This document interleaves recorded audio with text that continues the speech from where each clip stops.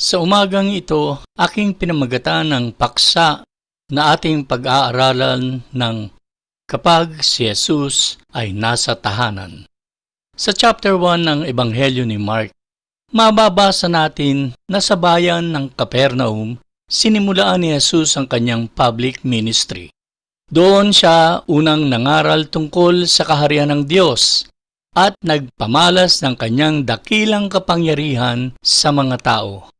Nagpalaya siya ng maraming tao na sinasaniban ng mga demonyo at masasamang espiritu at nagpagaling ng iba't ibang uri ng sakit o karamdaman. Mark chapter 1:32. Sa pagdapit hapon, pagkalubog ng araw, dinala nila kay Jesus ang lahat ng mga may sakit at ang mga inaalihan ng demonyo. At dahil sa kapangyarihan at mga himalang pinamalas ni Jesus, higit na binigyan ng mga tao doon ang mga kagila-gilalas na bagay kaysa sa salita ng Diyos na kanilang nadinig. Ibig sabihin, mas dumagsa ang mga tao hindi dahil sa kanyang pangangaral, kundi inaabangan nila ang mga susunod pang mga kababalaghang gagawin ni Jesus. Upang maiwasan niya ang ganitong kaisipan ng mga tao ng Capernaum, siya, si Jesus, kasama ang kanyang 4 na alagad, ay nilisan ang bayan at nagpasimulang mangaral sa iba't ibang bayan sa Galilea. Chapter 1 verses 38 to 39, ganito ang ating mababasa. Sinabi niya sa kanila, "Tayo na sa mga kabayanan upang makapangaral din ako roon, sapagkat yan ang layo ng pagparito ko." Kaya sa buong Galilea, si Jesus ay nangaral sa kanilang mga sinagoga at nagpalayas ng mga demonyo. Matapos ang kanyang pangangaral sa iba't ibang bayan sa Galilea, muling nagbalik si Jesus kasama ang kanyang mga alagad sa bayan ng Capernaum. Napakahalaga ng bayang ito sa buhay at ministeryo ng Panginoong Jesus, pagkat ang bayan ng Capernaum ay naging pinaka-kanyang headquarters. And it was here in the town of Capernaum, Jesus Christ made His first public claims to be the promised Messiah. Ngunit mayroong malaking problema ang Capernaum. Mas pinahahalagahan ng lungsod ang mga himala kaysa sa mensahe ng Diyos na dalan ng mismong pinangakong Mesyas. Gusto nila ang kagila-gilalas at tinatanggihan nila ang alok ng kaligtasan ng ating Panginoon. Bilang resulta, kalaunan ay nagpahayag si Jesus ng sumpa sa lungsod na ito. Luke chapter 10 verses 13 to 15, ganito ang ating mababasa. "Sa aba mo, Corazin, sa aba mo, Bethsaida, ito ay sapagkat kung ang mga makapangyarihang gawa na ginawa sa inyo ay ginawa sa Tyro at sa Sidon, matagal na sana silang nagsisi na nakasuot ng magaspang na damit at nakaupo sa mga abo. Sa pagdating ng paghuhukom, higit na magaan ang parusa ng Tyro at Sidon kaysa sa babatahin ninyo. Ikaw, Capernaum, na itinaas sa langit ay ibabagsak sa Hades." Yung mga tao o maging mga bansa na nakatanggap ng maraming pagpapala mula sa kamay ng Panginoon, ngunit tinatanggihan siya at ang kanyang salita, ay haharap sa mas malaking paghahatol. Luke chapter 12 verse 48. Siya na hindi nakaalam at gumawa ng mga bagay na karapat-dapat pagdusahan sa pamamagitan ng hagupit ay hahagupitin ng kaunti. Sa bawat isang binigyan ng marami, marami ang hahanapin sa kanya. Sa kanya na pinagkatiwalaan ng marami, lalong higit ang hihingin sa kanya. Kaya't kung ikaw ay nakatatanggap ng kabutihan at maraming pagpapala sa Panginoon, ngunit hindi nagiging mabuting tagapangasiwa at nagpapakasasa lamang sa pansariling mga kasiyahan, ang babalang ito ay para sa iyo. Pagkat darating ang panahon na ang bawat isa ay magbibigay sulit sa harap ng Diyos. Ngayon, balikan natin ang mga pangyayari sa kwento. Nang bumalik ang Panginoong Hesus at ang kanyang mga alagad sa Capernaum, sinabi sa atin na sila ay pumasok sa isang tahanang. Chapter 2 verse 1. Makalipas ang ilang araw, muling pumasok si Jesus sa Capernaum. Kumalat ang balita na siya ay nasa isang bahay. Maaaring ang tahanang tinutukoy dito ay ang tahanan ng magkapatid na Simon at Andres. Ito ay base sa chapter 1 verse 29. Agad silang umalis sa sinagoga at pumunta sa bahay ni Simon at Andres. Kasama nila sina Santiago at Juan. Tahimik lamang ang kanilang pagbabalik sa lungsod. Walang ingay, ngunit sinasabi nga na ang dingding ay may tenga at ang balita ay may pakpak. Kaya't di nagtagal, ang mga tao ay nagdagsaan muli sa tahanan nila Simon Pedro. Ang mga tahanan ng mga mananampalataya ay dapat nagiging ilaw at asin ng kanilang komunidad, na kung saan ang bawat miyembro ng sambahayan mula kay tatay at kay nanay hanggang kay bunso ay nakikita ng ibang tao na kanilang pinamumuhay ang mga aral ni Jesus. At kung magkagayon nga ang nangyayari, ang mga tao ay magiging handa at bukas sa mga bagay na ating mga sasabihin. Magiging bukas ang kanilang mga buhay sa pakikipagkaibigan sa atin. At ito ay magiging magandang opportunity for us na maibahagi ang mensahe ng Ebanghelyo ni Jesus. Naroroon si Jesus sa tahanan nila Simon Pedro. At napakaraming mga tao ang nagpupuntahan upang siya ay makitang muli at makasaksi pa ng mga kagilagilalas na mga bagay na gagawin pa ni Jesus. Nais kong ibahagi sa inyo ang ilang mahalagang pangyayari na naganap nang si Jesus ay nasa tahanan nila Simon. Totoo na napakaraming bagay ang magaganap kung si Jesus ay siyang nasa sa ating mga tahanan o bahagi ng ating mga buhay. Ating patuloy na tunghayan ang napakagandang mga kaganapan at kung paano inihayag ito sa atin ng banal na kasulatan. Ang unang mahalagang bagay na ating makikita sa kwento ay sa mga verses 1 and 2. Si Jesus at ang kanyang pangangaral. Makalipas ang ilang araw, muling pumasok si Jesus sa Capernaum. Kumalat ang balita na siya ay nasa isang bahay. Kaagad na natipon ang maraming tao. Ano pat wala nang matayuan kahit na sa may pintuan. Ipinangaral niya ang salita sa kanila. Tatlong bagay ang ating matututuhan sa dalawang talatang ito. Una, alam niyo ba na kahit sino ay maaaring kumuha ng atensyon ng mga tao? Sa ating panahon, hindi lamang ang mga kilalang mga celebrities ang nakakakuha ng atensyon ng publiko. Kahit sino ay pwedeng makakuha ng atensyon ng mga tao. Ito ay bagay na nakikita natin sa Facebook, doon lalo na sa TikTok. Makikita natin sa social media platform na ito ang iba't ibang di kilalang mga tao na may iba't ibang uri ng kakayahan ang nakakakuha ng daang-daang libong views. Oo, madaling makakuha ng pansin ng publiko. Ngunit ang mahalaga ay ano ang gagawin mo pag nakuha mo ang kanilang atensyon. Maaaring sinamantala ni Jesus ang pagkakataong naroroon siya upang higit pa siyang makilala at matanyag sa bayan ng Capernaum. Maaari siyang nagpakita pa ng mga mirakulo at kung magkagayon ay lalo pang siyang dinumog ng mga tao. Pagkat yun naman ang kanilang nais na matunghayan sa kanilang pagpunta sa tahanan nila Simon Pedro. Ang kanilang makita si Jesus na gumawa pa ng mga bagay na kamangha-mangha.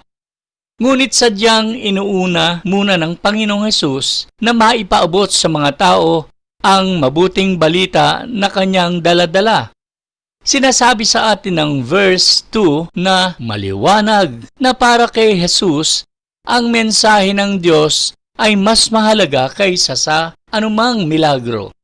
Hindi binanggit ng mga talata kung ano ang ipinangaral ni Jesus sa sandaling iyon. But it is safe to say na kanyang ibinahagi ang tungkol sa kaharian ng Diyos at ang mabuting balita ng kaligtasan na kanyang dala. Tulad ng una niyang ginawa, mababasa natin sa Mark chapter 1, verse 14 ng ganito. Pagkatapos maipabilanggo ni Herodes si Juan, pumunta sa Galilea si Jesus at nangaral ng ebanghelyo ng paghahari ng Diyos. Luke chapter 4, verses 18 and 19. Ang Espiritu ng Panginoon ay sumasa akin dahil pinahiran niya ako upang ipahayag ang ebanghelyo sa mga dukha. Sinugo niya ako upang pagalingin ang mga sugatang puso. Sinugo niya ako upang ipangaral ang kalayaan sa mga bihag at ang pananauli ng paningin sa mga bulag. Sinugo niya ako upang palayain ang mga inapi. Sinugo niya ako upang ipangaral ang katanggap-tanggap na taon ng Panginoon.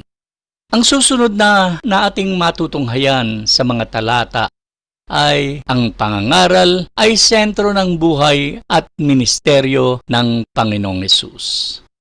At ang katotohanan iyan ay dapat na pinakamahalaga sa buhay ng mga mananampalataya. Ang pagbabahagi at ganoon din ang pag-aaral ng salita ng Diyos.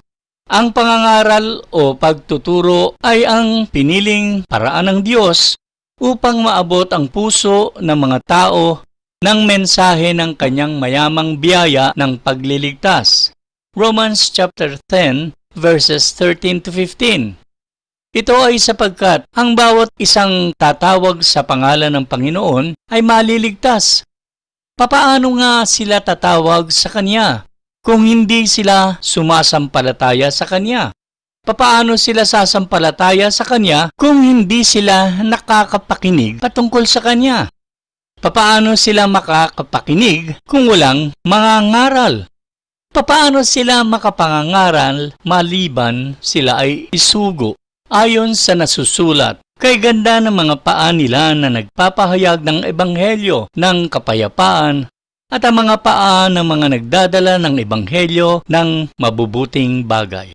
Ang ating pangunahing gawain ay ang pagpapahayag ng mensahe ng ating Panginoon. At ako naman ay umaasa na darating ang panahon, kayo na aking tagapakinig ay magkakaroon ng sapat na kaalaman na mga aral ng Diyos na inyo namang ibabahagi sa iba.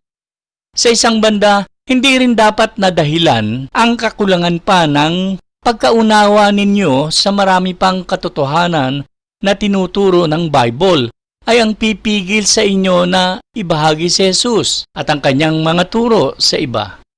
Napakarami nating mga recorded short gospel messages at Bible lessons tulad ng ating ginagawa ngayon na nasa sa ating YouTube channel at maaari ninyong ibahagi ang mga recorded videos sa inyong mga kamag-anakan at mga kaibigan. Ang ikalawang mahalagang bagay na pinakikita ng ating teksto ay ang kapangyarihan ni Jesus. Mga talatang 3 at 4. At pumunta sa kanya ang 4 na tao na pasan-pasan ng isang paralitiko. Hindi sila makalapit kay Jesus dahil sa dami ng tao. Kaya't binakbak nila at binutasan ang bubong sa tapat niya. Kanilang inuhugos ang higaan na kinararatayan ng paralitiko. Nang makita ni Jesus ang kanilang pananampalataya, sinabi niya sa paralitiko, "Anak, pinatawad na ang mga kasalanan mo." Sa pagkakataong ito, ilang bagay din ang ating makikita. Ang una, sa gitna ng pangangaral ni Jesus, isang kamanghamanghang bagay ang nangyayari. Nang mabalitaan ng 4 na magkakaibigang lalaki na si Jesus ay muling dumating sa kanilang bayan, kanilang napagkaisahan na dalhin ang kanilang paralitikong kaibigan kay Jesus. Pagkat malaki ang kanilang paniniwala na kung mailalapit nila kay Jesus ang kanilang kaibigan, siya'y gagaling. Nang sila ay dumating sa tahanan nila Simon, napakaraming tao at magiging mahirap sa kanila na makipagsiksikan. Kaya't kanilang naisip na sila'y umakyat ng bubong at ito'y baklasin upang maibaba nila ang kanilang kaibigang paralitiko sa kinaroroonan ni Jesus. Laking gulat na lamang ng mga tao ang nasa loob ng bahay nang bigla na lamang mayroong bumababang taong nakaratay sa higaan mula sa bubungan. Sa pagkakataong ito, ang mga naroroon ay kanilang matutunghayan ang kapangyarihang gagawin ni Jesus sa kanilang kaligtaan. Isang malaking pagpapala mula sa Diyos para sa ating mga nagpupulong sa araw ng linggo, na sa mga panahong tulad nito ay ating maaaring maranasan ang pagkilos ng Espiritu ng Diyos sa ating mga puso. At kung magkagayon, asahan natin na may magandang bagay na magaganap sa ating buhay kapag tayo ay personally kinatagpo ng ating Panginoon. Sa pagpapatuloy, hayaan ninyo akong bigyang pansin ang magagandang katangian ng 4 na kaibigan ng paralitiko. Una, sila ay may lakas ng loob gawin ang mahirap.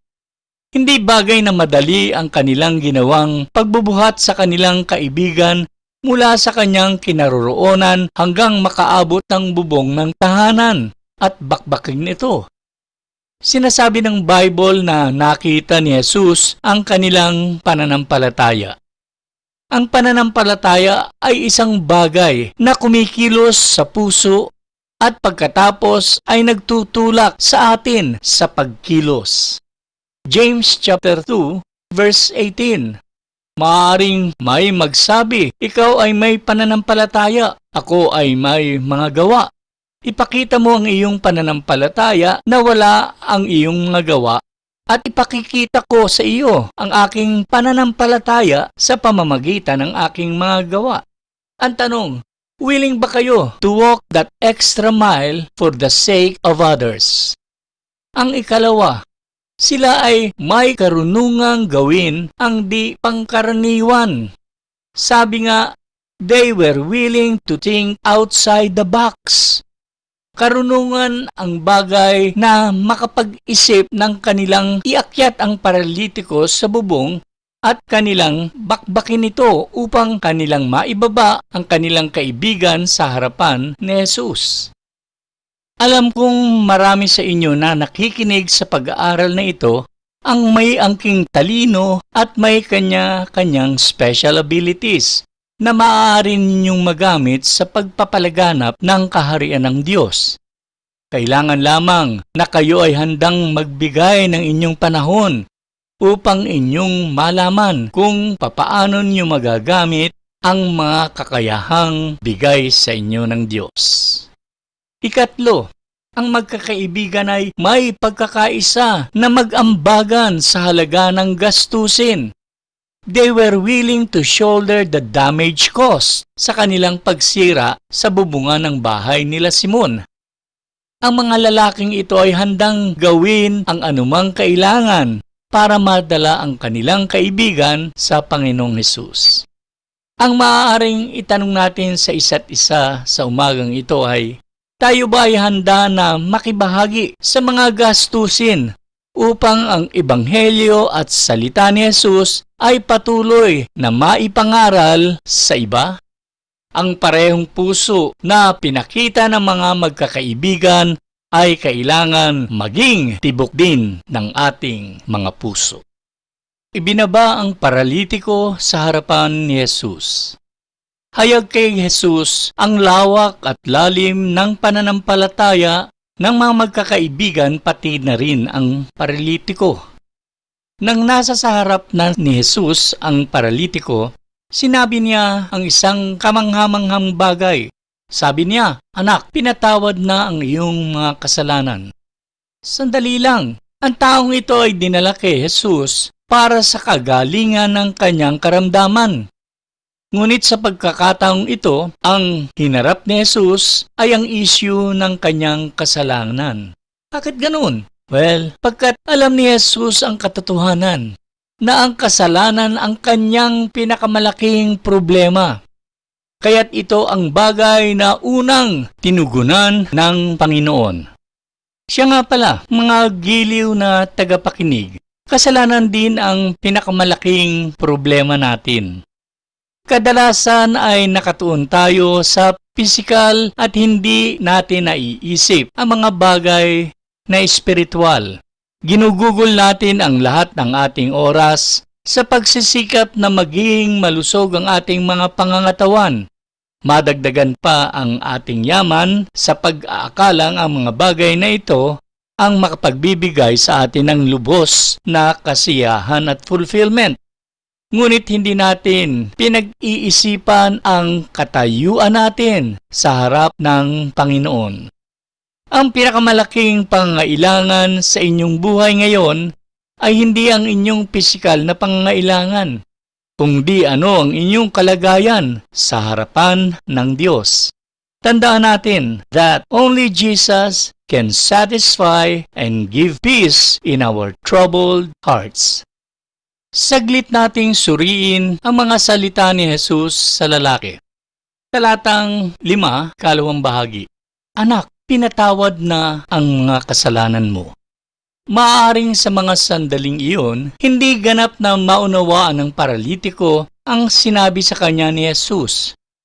Ngunit ang mga salitang iyon ang pinakamahalagang bagay na dapat madinig ng paralitiko. Pansinin natin na tinawag ni Jesus ang lalaki ng anak. Ang orihinal na salitang Grego na isinaling anak ay parehong salita na kadalasang isinasalin sa salitang bata. Ito ay isang salita na naghahatid ng idea ng pagkamagiliw. Nang kausapin ni Jesus ang taong ito, kinausap niya siya sa magiliw na paraan, tulad ng pakikipag-usap ng isang ama sa kanyang munting anak. Pinakikita din ng talata na dahil sa pananampalataya ng paralitiko kay Jesus, siya ay naging bahagi ng isang pamilya ng Diyos. Ephesians chapter 2 verse 19. Kaya nga, hindi na kayo mga dayuhan at mga banyaga, subalit mga mamamayang kasama ng mga banal at ng sambahayan ng Diyos. Kaya't kung kayo ay nananampalataya na kay Jesus bilang inyong Panginoon at tagapagligtas, kayo ay anak na ng Diyos. Pinatawad, ang salitang ito ay nagpapahiwatig na ang lahat ng kasalanan ng lalaking paralitiko ay pinatawad na, binura, inalis. Ang unang salita sa kanya ay nagdala sa kanya na maging bahagi ng pamilya. Ang ikalawa naman ay nagdala sa kanya sa isang walang hanggang pakikisama sa Diyos na banal. 1 John 1:3. Siya na aming nakita at narinig ay isinasalaysay namin sa inyo upang kayo rin naman ay magkaroon ng pakikipag-isa sa amin, tulad na pakikipag-isa ay sa Ama at sa kanyang anak na si Jesucristo.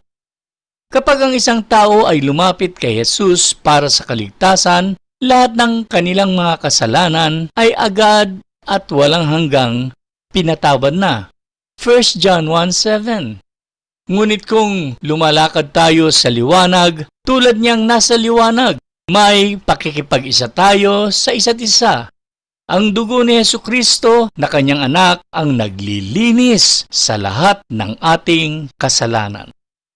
Ang ikatlong mahalagang bagay sa ating teksto ay makikita natin sa mga verses 6 hanggang 12.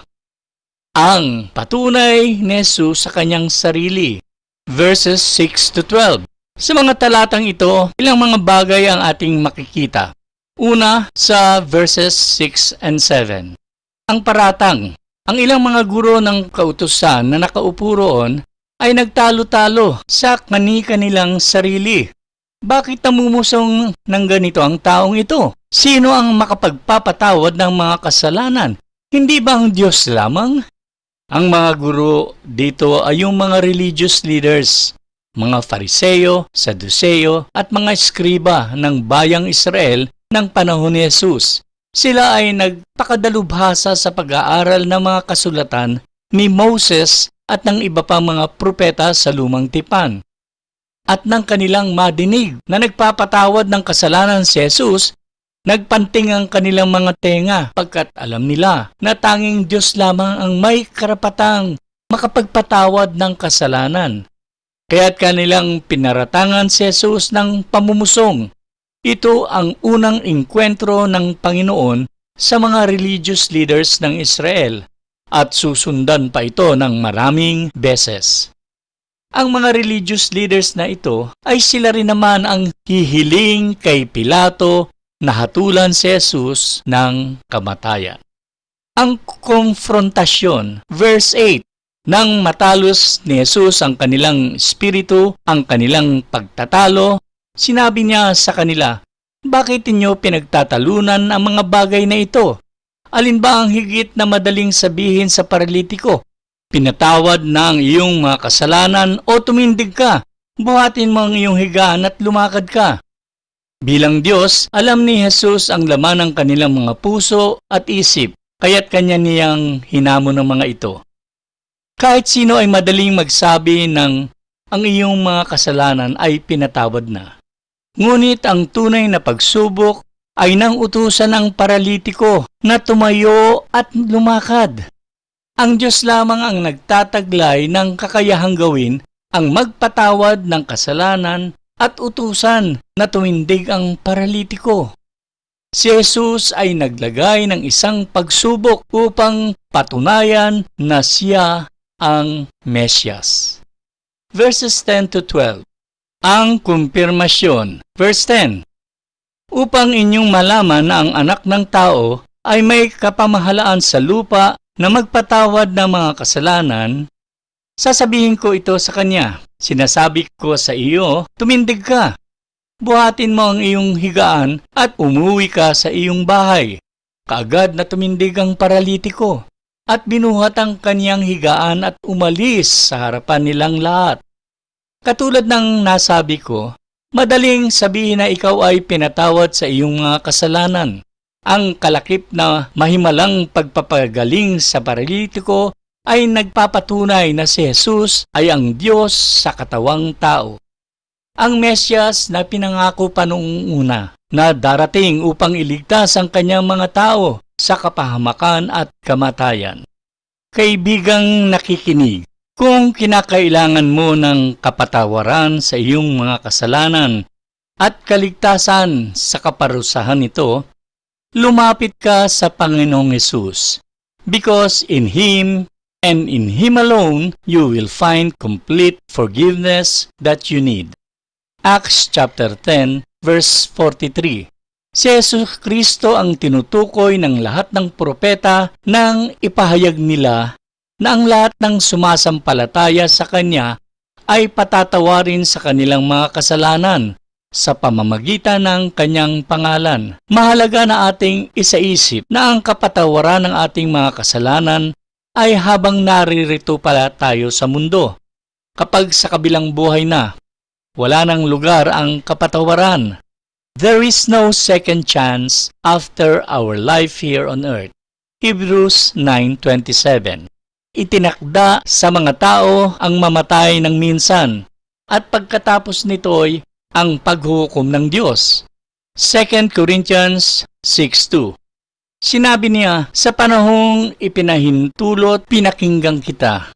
At sa araw ng pagliligtas, tinulungan kita. Narito, ngayon ang panahong katanggap-tanggap. Narito, ngayon ang araw ng kaligtasan.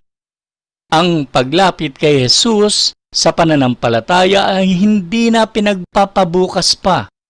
Kung inyong nadinig ang anyaya ni Jesus na ikaw ay lumapit sa Kanya, gawin mo agad ito, pagkat ang bukas ay maaaring huli na.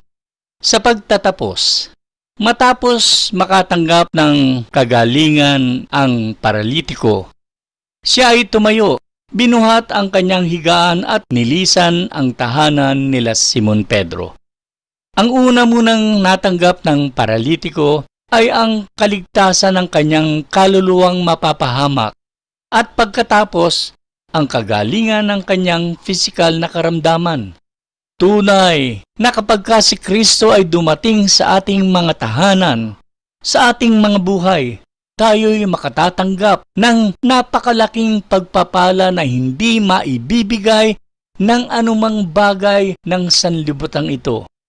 Kapatawaran sa mga kasalanan, bagong buhay na punong-puno ng pag-asa, at bagong layunin na makapagbibigay sa atin ng tunay na kahulugan ng buhay.